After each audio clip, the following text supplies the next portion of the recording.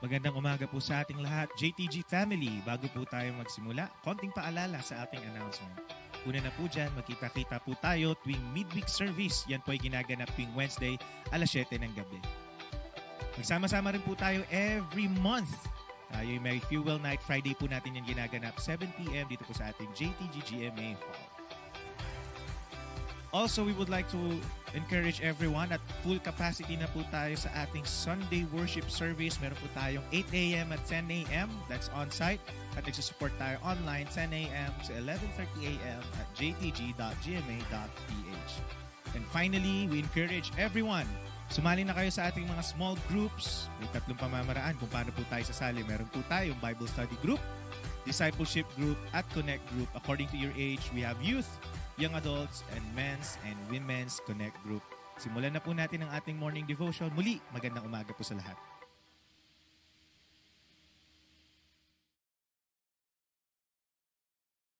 Good morning, everyone. We're going to worship the Lord today, and we know that you set your hearts to God, so please join us.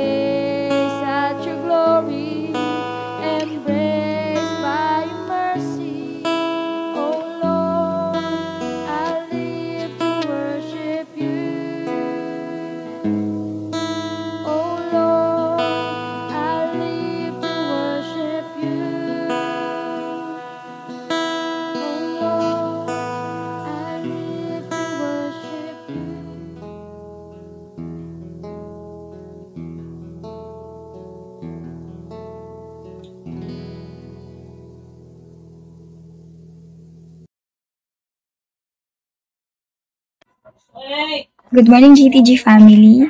I hope na maganda ang gising natin, maganda araw po natin. This morning po, ang ating pag-uusapan, ang pamagat po nating pag-uusapan ay I don't know, but He knows, that's settled. At makita po natin sa Jeremiah 29, verse 11 to 14. Pero before po tayo, mag-start tayo po muna ay manalangin. Panginoon, lubos ka po namin pinupurit, sinasambat na dakila. Nagpapasalamat po kami sa araw na to na iyong ginawad sa aming mga buhay. Patuloy po kami humihingi ng tawad sa aming mga pagkakasala sa iyo. Dalangin po namin na iyong mga salita ay mamunga sa aming mga puso, maitanim po at may pasamuhay po namin lahat, Panginoon. Salamat po sa umagang ito. Salamat sa pribilehiyo na makapakinig na iyong salita at matutunan na iyong salita, Panginoon. Purihin ka, sambahin at takilain sa pangalan ng Panginoon Jesucristo. Amen. So, ating text verse po ngayon ay makita natin sa Jeremiah 29 verse 11 to 14. At alam ko na familiar po kayo sa verse na po ito. Lalo na po yung verse 11. So, there's a lot of uncertainties sa ating mga buhay. At kapag dumarating yung mga bagay na hindi tayo familiar, mga uncertain na pangyayari na lalo na kapag yung mga bagay na yun ay mahalaga sa ating mga buhay, iniingatan natin, minsan mahirap para sa atin na tanggapin o mahirap para sa atin na ma-overcome yung mga ganung bagay. For example, nawalan tayo ng trabaho, nawalan tayo ng pera, yung inipon natin, na-scam tayo, may nagkasakit, may nawala, may mga bagay na hindi natin inaasahan. Kapag dumarating to sa sitwasyon natin, may mga bagay, usually na ating response ay ginagawa natin yung lahat ng bagay para maging okay ang lahat.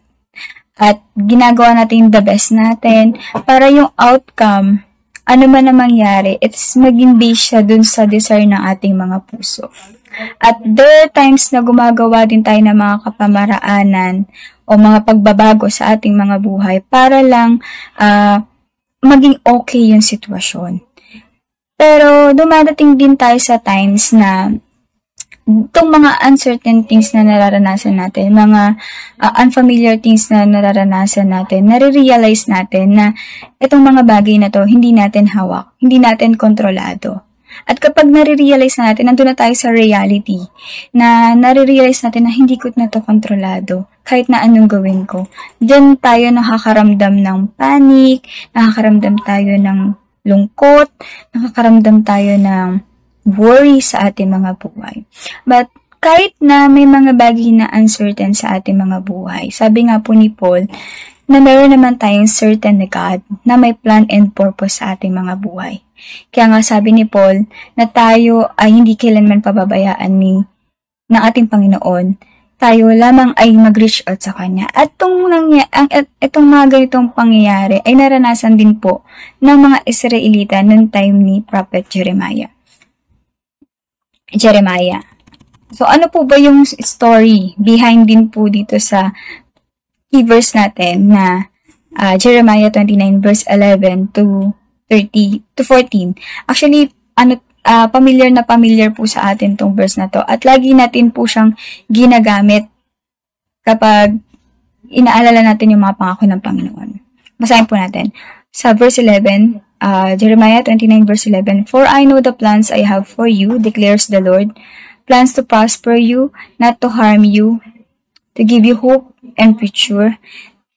Verse 12, Then you will call on me and pray, and come and pray, and I will listen. Verse 13, You will seek me and find me. When you seek me with all your heart, I will be found by you.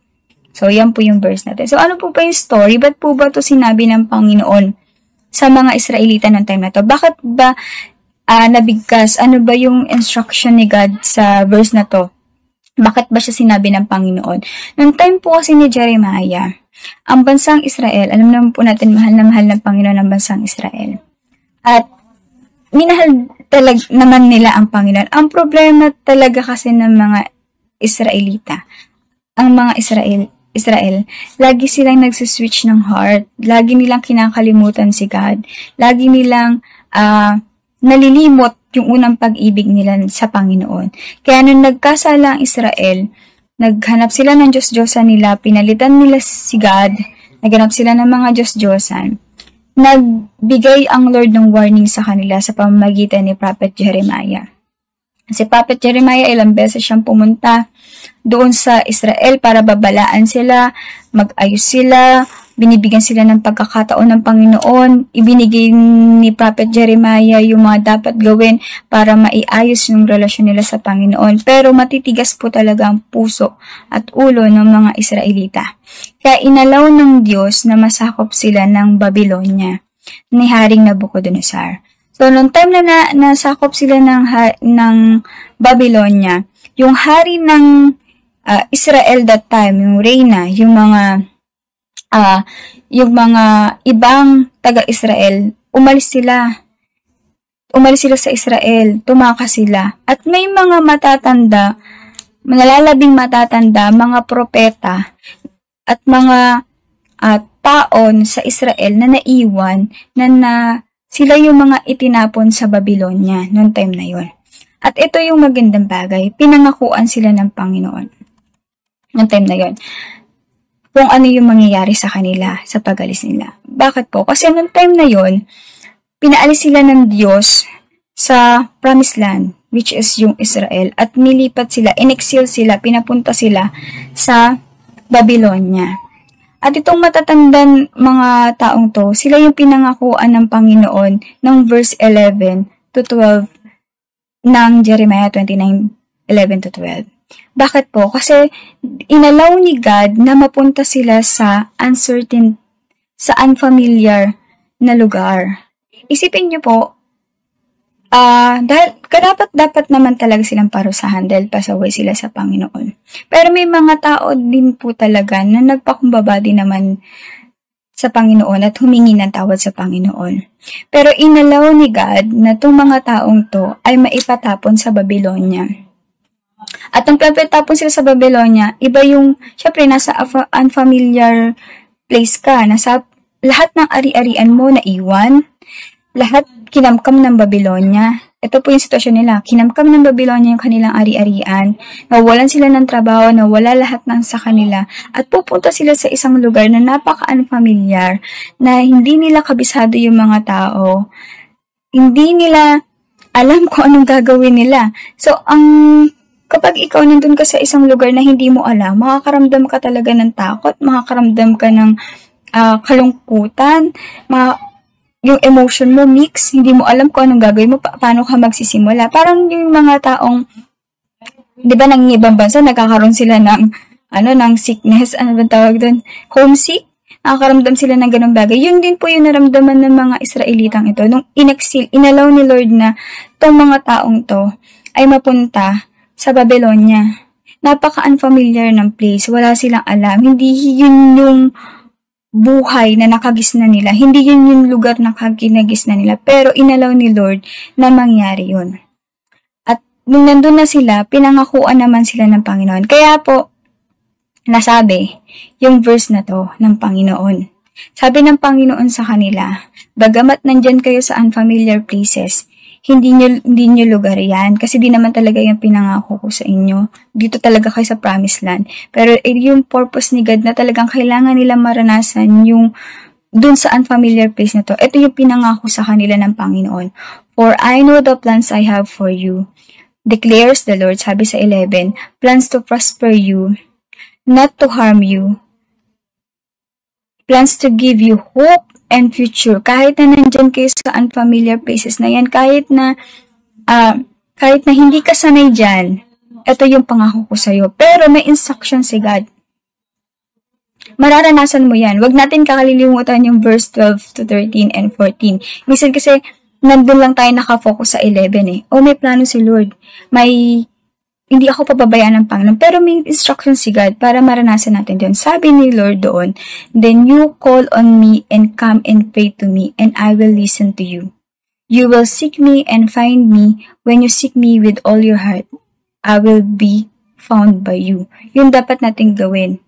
Kailangan natin i-call si God, pumunta kay God, isik si God with all of our heart, and we must pray to God. So, malalaman natin yung kalooban ng Panginoon. Malalaman natin kung bakit niya inalaw yung mga bagay na to. Kaya na, ito yung nagbigay din ng assurance sa mga Israelita kahit na napalipat sila sa lugar na hindi nila pamilyar. Kahit na napunta sila dun sa lugar na hindi nila kabisado, hindi nila alam kung ano bang mangyari sa kanila, ano bang magiging buhay nila doon kasi hindi naman nakagis na nila eh. Hindi nila sila ng Panginoon. Pero dahil may assurance sila galing sa Panginoon na hindi sila pababayaan, may promise si God sa kanila, nagkaroon sila ng kapanatagan and peace of mind sa kanilang puso. Pero may instruction. Sabi ng Panginoon, kailangan mo kong isik. Kailangan kang mag-call sa akin. Kailangan mo ko i-pray. Kailangan mag-pray para malaman mo yung kalooban ko. Para maintindihan mo na inaalaw ko yung mga bagay na to para sa ikabubuti mo din. At ito naman, yun naman po ay tinugon ng Panginoon. Nakabalik naman din po sila after how many years din po. Hindi siya agad-agad. Umabot muna ng, may 70 ang sabi ng Panginoon, 70 taon bago sila nakabalik sa Promised Land. Bago sila binalik ng Panginoon sa Promised Land. It takes time. Pero hindi sila pinabayaan ng Panginoon. Anong sabi ng Panginoon sa kanila sa verse 4? Magpakarami kayo doon, magtayo kayo doon, magtanim kayo doon. Hindi, kahit na nandun sila sa unfamiliar things, a familiar place, nagkaroon sila ng uncertainty, events sa kanilang mga buhay, bagong bagay yon, bagong experience sa kanilang buhay, hindi sila pinabayaan ng Panginoon. Nandun pa rin sila sa umbrella ng sovereignty ng Panginoon. Hawak pa rin nila lahat ng bagay. Pinamunga sila ng Panginoon doon. Sabi ng Panginoon sa verse 6 to 7 na ipanalangin niyo yung lugar na yan kung saan ko kayo pinadala para umunlad dyan dahil sa kapakinabangan niyo din naman. Kaya pinagpala din naman ng Panginoon yung lugar na yun. Bakit? Kasi nandun yung purpose ni God. Nandun yung will ni God. Inaalis tayo minsan ng Lord sa ating comfort zone. Dinadala tayo sa mga bagay na unfamiliar. May mga events na nangyayari sa ating buhay na hindi natin naasahan. Pero, it's for your good. So, kailangan lang, huwag natin kalimutan palagi yung verse 12 to 14 ng Jeremiah 29. Kailangan din natin maintindihan yung will ni God. So, meron po akong 3 points dito sa story na po ito ng Jeremiah. Una po, God's will, not your will. Kailangan natin maintindihan na may will si God. At dapat yung will mo, kailangan natin maintindihan bilang Kristiyano, yung will mo, dapat mai-align mo siya sa will ni God. Para hindi ka masaktan, para hindi ka ma-disappoint, para malaman mo din yung kalooban ng Panginoon. Kaya nga sinabi ni God yung verse 12 bibigyan kita na, sabi niya sa 11, di ba, yun yung pangako niya. Pero may instruction si God. Kailangan mo kong tawagin. Kailangan ka mga nalangin sa akin. Kailangan mong pumunta sa akin. Kailangan mong isik ako ng buong puso mo para maintindihan mo yung kalooban ko. Para maintindihan mo yung picture ni God sa nangyayari sa buhay mo. It's not our will. Lalo na pag tayong mga believer, it's not our will na. Yung will ni Lord na yung nangyari sa ating mga buhay. Kaya dapat yung will natin, naka-align siya sa will ni God para makasabay tayo sa Panginoon. Second po, waiting is inevitable. Hindi yan maiiwasan. Sa lahat ata ng story ng Bible, laging may waiting time. Laging may timetable si God. Dapat hindi si Lord yung mag-a-adjust para makasabay sa timetable mo. Ikaw dapat ang mag-adjust para makasabay ka sa timetable ni God. Because God has right timing. Sabi nga sa Ecclesiastes, there's a time for everything. At may timetable si God sa lahat ng bagay. At hindi nawawala ang waiting pagdating sa ating mga Kristiyano. Dapat sanay na tayo doon na may waiting time talaga ang Panginoon. Last but not the least po there are times when you don't need to know things, just trust Him. May mga bagay na nangyari sa ating mga buhay na hindi mo kailangan malaman kung bakit. But inalaw ni God? Bakit nangyari? May mga bagay na hindi naman talaga sinasabi ni God kung bakit. Ang kailangan mo lang talagang malaman and kailangan mo lang talagang gawin is magtiwala sa Kanya. There are instances sa ating mga buhay na hindi inaalaw ni God na malaman mo at hindi mo talaga malalaman. Pero it's okay kasi alam mo naman na mapagkakatiwala mo ang Panginoon. There's a lot of uncertainties na mangyayari sa ating mga buhay. At there are times na feeling natin na nasa darkness tayo. Pero lagi nating tatandaan, para sa ating conclusion din po, lagi natin tatandaan yung sinabi ni David. Sabi niya doon, even though I walk to the valley of shadow and death, I fear not because the Lord is with me. Lagi natin tatandaan na kahit na pili mo nasa darkness ka, pili mo sinakloban ka na ng langit at lupa, the Lord is with you. Hindi ka pababayaan ng Panginoon, iingatan ka ng Panginoon, hindi kanya kailanman iiwan. Tulad ng ginawa niya sa mga Israelita.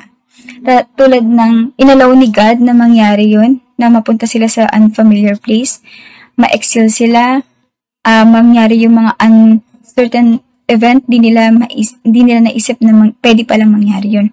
Pero, hindi naman din sila pinabayaan ng Panginoon. So, I hope na every one of us na may lagi sa ating mga puso na ano man na mangyari sa ating buhay, hindi tayo pababayaan ng Panginoon. At hindi niya tayo iiwan kailanman. Kasi tapat siyang nangako sa atin at mananatili siyang tamat. Kahit hanggang sa dulo, walang hanggan. Hanggang forever and eternity. So, maraming salamat po sa inyong pakikinig.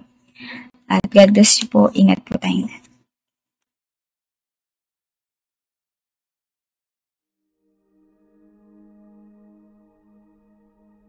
Praise God, tayo po ay manalangin.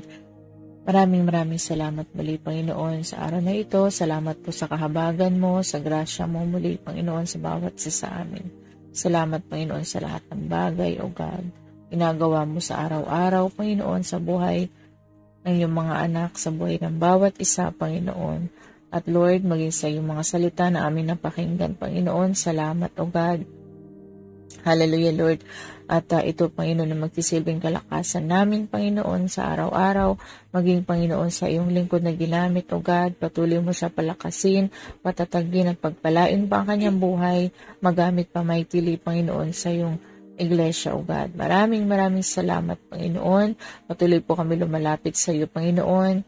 Hallelujah, Jesus, sa bawat kapatiran, Panginoon. Hallelujah, Lord God, na kung saan, Panginoon, nangihila ng lalamig, Panginoon God. Dalangin ko, Panginoon, na makita nila palagi, Panginoon, ang kahabagan mo. Makita nila palagi ang kabutihan mo, Panginoon, sa buhay ng bawat isa sa kanila, O God. At Lord, hallelujah, Lord God, sila, Panginoon, ay muling manumbalik sa iyo, Panginoon.